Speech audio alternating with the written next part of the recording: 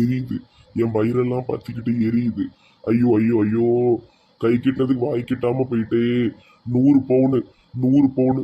1 பவுன் கிடைச்சாலே 1 வருஷத்துக்கு வச்சு திங்கலாம். 100 பவுன் போச்சே.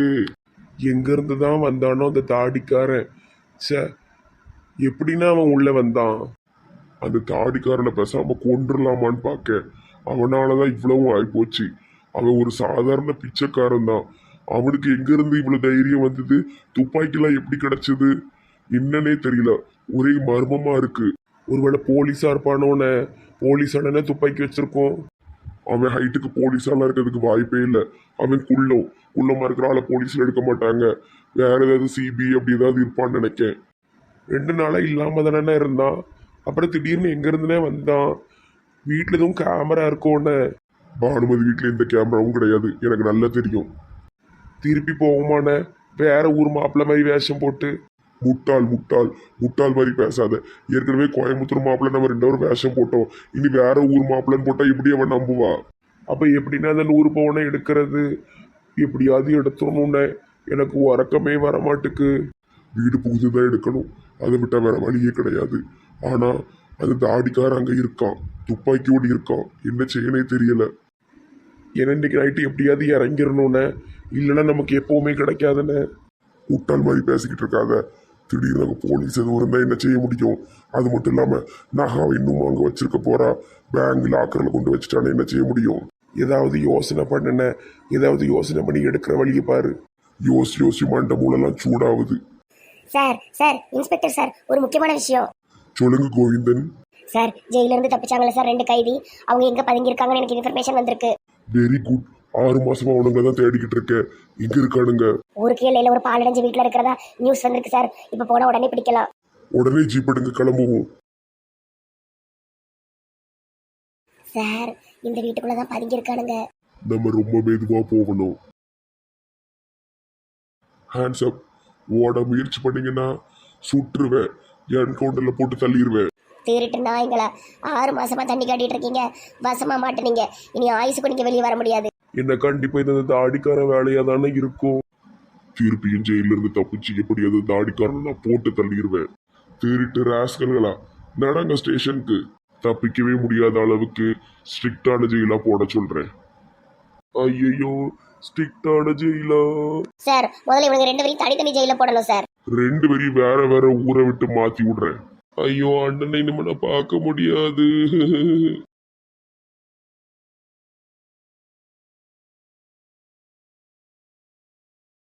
என்னப்பா காலையில கிளம்பிட்ட? கொஞ்சம் ஒர்க் இருக்குப்பா. காலேஜுக்கு தான் போகணும். என்ன ஒர்க்குன்னு கிடக்க? ஏம்மா, மேடமோட மண்டையில தேங்காய் விழுந்துட்டுமா. அவங்க வந்து கோமால இருக்காங்க. இப்ப எல்லா ஒர்க்கையும் நான் தான் பார்த்துட்டு இருக்கேன். அந்த பொண்ணு இப்ப புதுசா தானே ஆரம்பிச்சுது, அதுக்குள்ள மண்டையில தேங்காய் விழுந்துட்டா சரியா போச்சு போ. இப்ப அவங்க இடத்துல இருந்து நான் தான் எல்லாத்தையும் பார்த்துக்கிட்டு இருக்கேன். அதனாலதான் கொஞ்சம் வேலை அதிகமா இருக்கு. படிக்கிற வேலையை மட்டும் பாரு. ஒர்க்குன்னு ஒர்க்குக்கு போற வயசா உனக்கு? எனக்கு 25 வயசு ஆகுதுமா. ஒர்க்கு போற வயசு தான். பார்ட் டைம் வேலை பார்க்கறது இருக்கட்டும், அந்த பார்ட் டைம் ஃபுல் டைம் ஆக்கிறாத. முதல்ல படிப்பு தான் முக்கியம், அதை பாரு. இது மாதிரி 5 ஃபேக்டரி நான் உனக்கு கட்டித்தாரேன். ஃபேக்டரி கட்டுறது ஈஸிப்பா, அதை மெயின்டைன் பண்றது, அதை பத்தி எல்லாத்தையுமே ஸ்டடி பண்றது ரொம்ப கஷ்டம். ராத்திரி பகல்னு வேலை பார்த்து உனக்கு குரல் எப்படி கெட்டி போய் இருக்கு பாரு. செமஸ்டர் ரிசல்ட் வரட்டும், மார்க்கெல்லாம் செக் பண்ணுவேன். அதுக்கப்புறம் தான் இந்த வேலைக்கு நீ போறியா வேண்டாமாங்கிறத நான் முடிவு பண்ணுவேன். சரிப்பா, நான் எல்லா எக்ஸாமுமே நல்லா தான் எழுதியிருக்கேன். பெரிய பையன் ஆயிட்டோம், நம்ம இஷ்டத்துக்கு அலையலான்னு இருக்காம கொஞ்சம் அப்பா சொல் பேச்சு கேட்டு நட, சரியா? வயசுக்கு மீறின பேச்சு பேசிக்கிட்டு இருக்க, அதே மாதிரி தேவையில்லாத வேலையெல்லாம் பார்த்துக்கிட்டு இருக்க. நம்ம ஸ்டேட்டஸ்க்கு ஏற்ற மாதிரி நடந்துக்கோ. பிச்சைக்காரத்தனமா இருக்கு நீ பண்றது எல்லாமே. என்னம்மா, வேலைக்கு போறது பிச்சைக்காரத்தனமா? சும்மா இரு கோகிலா. ஒரு காலத்துல ஃப்ரெண்ட்ஸ் அங்க எங்கன்னு சேர்ந்து சுத்திக்கிட்டு துட்டெல்லாம் தண்ணியா செலவழிச்சுக்கிட்டு இருந்தான். பொறுப்போட தானே இருக்கான். வாயை மூடிட்டு. அதுக்கு இல்லைங்க, என் ஃப்ரெண்டு ருக்மணி அன்னைக்கு கேட்கா, உன் பையன் ஏதோ வேலைக்கு போறானாம அப்படின்னு. அவள் பையன்லாம் வெளிநாட்டில் படிக்கிறதுக்காக போயிட்டான். இவன் அப்படி ஏதாவது போனால் கூட நமக்கு கொஞ்சம் நல்ல கௌரவமாக இருக்கும் பார்த்தீங்களா? அதுக்கு தான் சொன்னேன். முதல்ல அந்த ருக்மணிகிட்ட பேசுறத விடு. இவர் ஒரு அரைமண்டல்ப்பா. இவர் மண்டையும் அரைகுறையாக தான் இருக்கு, இவர் புத்தியும் அரைகுறையாக தான் இருக்கு. கோண மண்டை மனுஷன். கிளம்புறப்பா. கோகிலா, இன்னைக்கு ஒரு கல்யாண வீடு இருக்கு, கிளம்பு. ஐயோ, இன்னைக்கு ராஜலட்சுமி வீட்டில் ஃபங்க்ஷனுக்கு கூப்பிட்டுருக்காளே. முதல்ல ராஜலட்சுமி கூட பேசுறத நிறுத்து. நீங்க என்ன லூஸ் மாதிரி என் ஃப்ரெண்ட்ஸ் பேர ஒன்னா சொல்லிச்சு அவ கூட பேசுறத நிறுத்தி இவ கூட பேசுறத நிறுத்திங்க. உங்களுக்கு ஒரே அளவும் தெரியாது, சும்மா இருங்க. இவ கூட சேர்ற ஃப்ரெண்ட்ஸ் எல்லாமே மூட்டி விடுறவளுங்க. ரொம்ப இவளை சேரவே விடக்கூடாது. ஏங்க எனக்கு ஒரு ஐடியா தோணுதுங்க. சொல்லு. ஏங்க இந்த ஃபேக்டரி இப்பதானங்க அந்த பொண்ணு புதுசா ஆரம்பிச்சது, அதுக்குள்ள தலையில தேங்காய் விழுந்து செத்து போயிட்டலாம். செத்து போயிட்டா? கோமால தானே இருக்கா, நீ என்ன செத்து போயிட்டங்க? ஐயா ரெண்டுமே ஒண்ணுதாங்க. ஏங்க பேசாம அந்த ஃபேக்டரியை எப்படியாட்டும் வாங்கிருங்க. யாரு அதுக்கு ஓனரும் அவங்க கிட்ட போய் பேசி கிசி வாங்கிருங்க. எப்படி கோமால விழுந்த பிள்ளை திருப்பி எந்திரிக்காது, அதனால எங்களுக்கு குடுன்னு சொல்லி வாங்கிருங்க. நம்ம பையனும் ரொம்ப இன்ட்ரெஸ்டா இருக்காம்லாங்க. அப்படி டக்கு புக்குலாம் போய் கேட்க முடியாது, லூஸ் மாதிரி பேசாத. நீங்க ஒரு பெரிய எம்எல்ஏ, அதை மறந்துடாதீங்க. நீங்க எங்கனாலும் கேட்கலாம், கேட்டு பாருங்க.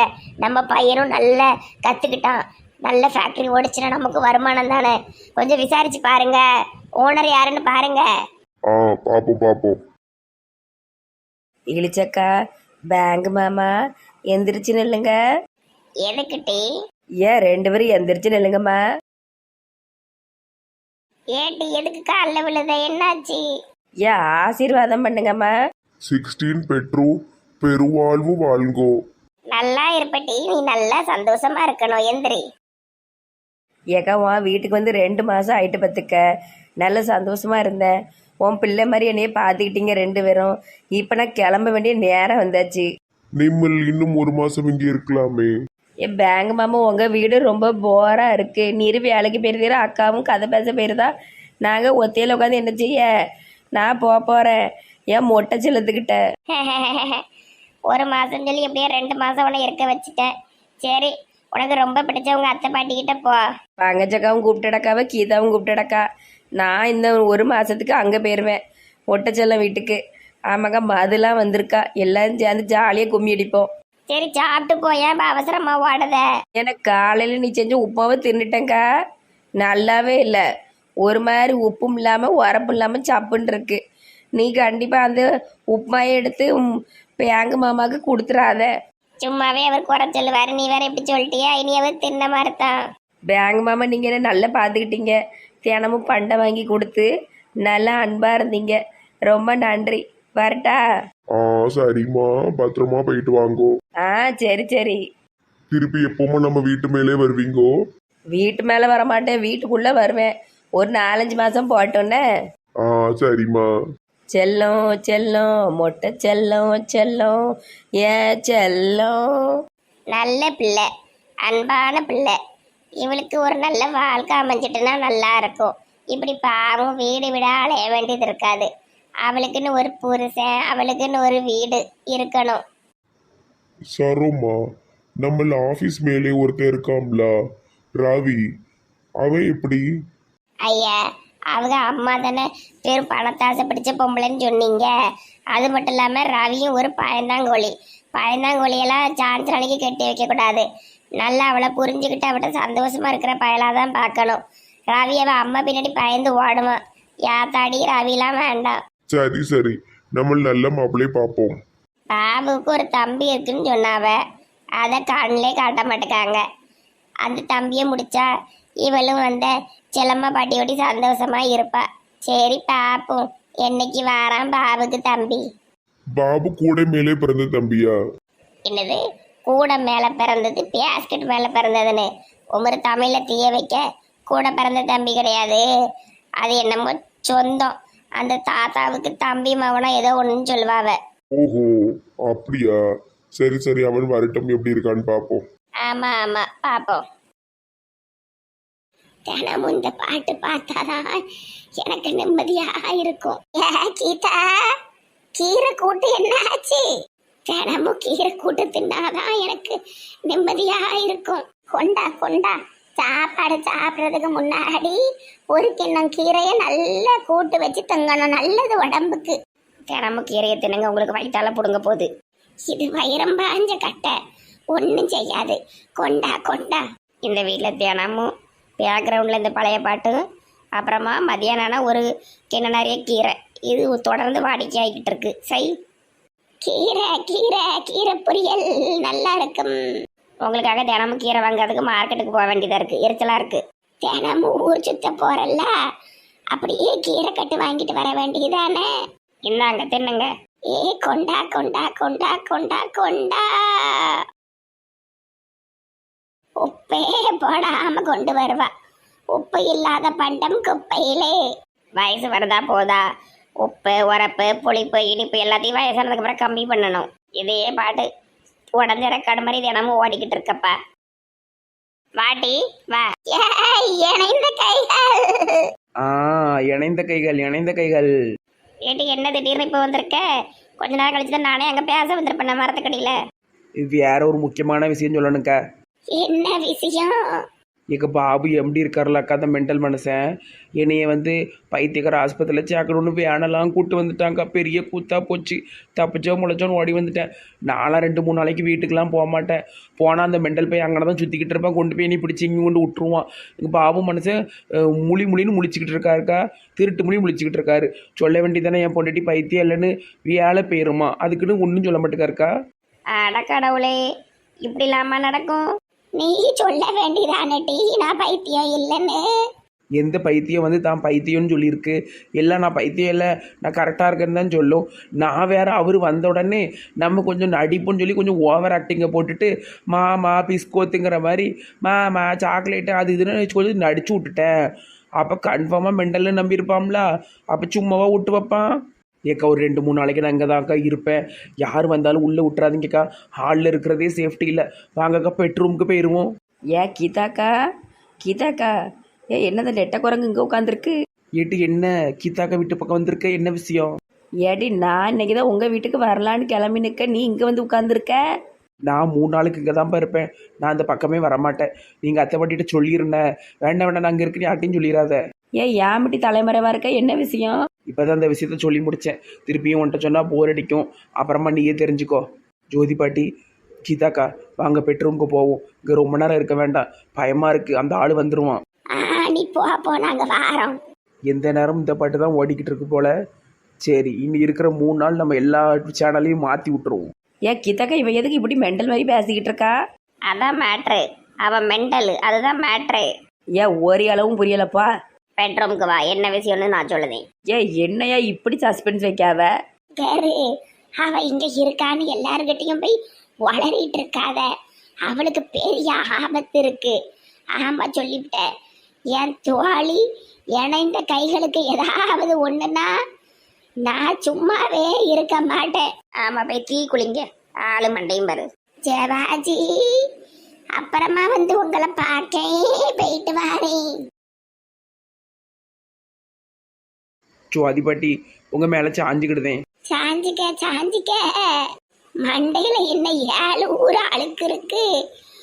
சோப்பு போட்டு கழுவுவியா மாட்டியா? அது மாதத்துக்கு ஒருக்க ஷாம்பு போடுவேன். மற்ற நாள் பூரா தலைவலியே தண்ணியை ஊற்றிட்டு வந்துடுவேன். ஆமாம் ரொம்ப ஷாம்பு போட்டால் முடி கொட்டிடும்.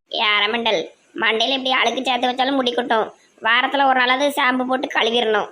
ஏமா உங்க அழகு குறிப்பை விடுங்கம்மா, என்ன விஷயம் சொல்லுங்கம்மா. ஏட்டி நீ நினைக்கிற அளவுக்கு பெரிய விஷயம்லாம் ஒன்றும் இல்லை. நம்ம தேங்காய் பால் வைக்கும்போது அந்த எம்டி கோணையை வந்தாம்லாட்டி பாபு மனசனுடைய எம்டி, அந்த ஆளுக்கிட்ட நான் வந்து மெண்டல் மாதிரி நடித்தோம்ல. இப்போ அதை வச்சுக்கிட்டு அவன் ஒரு வேனை பிடிச்சி கொண்டு வந்துட்டு, அம்மா மெண்டல் ஆஸ்பத்திரி வேனை பிடிச்சி கொண்டு வந்துக்கிட்டு என்னையை கொண்டு இப்போ அங்கே சேர்க்கணும்னு ஒத்த காலில் நிற்கான். அவன் அங்கே தான் எங்கேயாவது சுற்றிக்கிட்டு இருப்பான். நான் அதான் வீட்டை விட்டு ஓடி வந்துட்டேன். நான் ஒரு 3 நாளைக்கு அங்கே போக மாட்டேன். சரியான காமெடி தான்ப்பா. காமெடியா? உயிர் பழைச்சி வந்ததே பெரிய விஷயம். மாட்டிருந்தேன்னா மெண்டலோட மெண்டலாக கொண்டு விட்டுருப்பாவோ, அப்புறம் நெஜ மெண்டலாக இருப்பேன். நீ போவாத, இங்கேயே இரு. ஏன் சான்ஸ் ராணி, ஒரு 3 நாளைக்கு இங்க இரு. அப்புறமா 2 பேரும் சேர்ந்து உங்க வீட்டுக்கு போங்க. நான் எங்க மொட்டை சிலத்தை பார்க்கணும். நான் இப்போ போயிருவேன்ப்பா.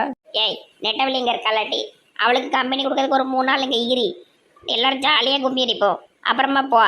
ஆமாம் ஆமாம் இப்போ அங்கே போய் என்ன செய்ய போகிற? அங்கே மது இருக்கா, எல்லாரும் இருக்காங்க. நீ தான் போய் அத்தை பாட்டிக்கு நிறைஞ்சிடாது சரியா? அது இப்போ அவன் வந்ததில் குசியில் தான் இருக்குது. நீ பேசாம இங்கே கடை. சரிப்பா 3 நாள் இங்கேருந்து கூத்தடிப்போம். நமக்கு இப்போ புதுசாக ஜோடி கிடச்சிருக்கு, ஜோதி பாட்டி. ஜோதி பாட்டியை வச்சு நல்லா ஜாலியாக என்ஜாய் பண்ணுவோம். எங்க அத்தை எல்லாருக்கிட்டையும் ஃப்ரெண்ட்லியா இருக்காங்க, என்கிட்ட மட்டும் இருக்க மாட்டேக்காவ, என்னன்னே தெரியல. அதுதான் மாமியார குணம். இது எங்கள் வீட்டு மூதேவி சாணத்திரனிக்கிட்ட நல்ல பள்ளி இழிச்சுக்கிட்டு இருக்கு, என்கிட்ட மூஞ்சி தூக்குதுல, அந்த மாதிரி தான் எல்லாம். கரெக்ட், நீ சொன்னது கரெக்டான பாயிண்ட். நம்ம கிட்ட மாமியார் மூஞ்ச காட்டும், அடுத்தவங்க கிட்ட பல்ல காட்டும். அதே அதே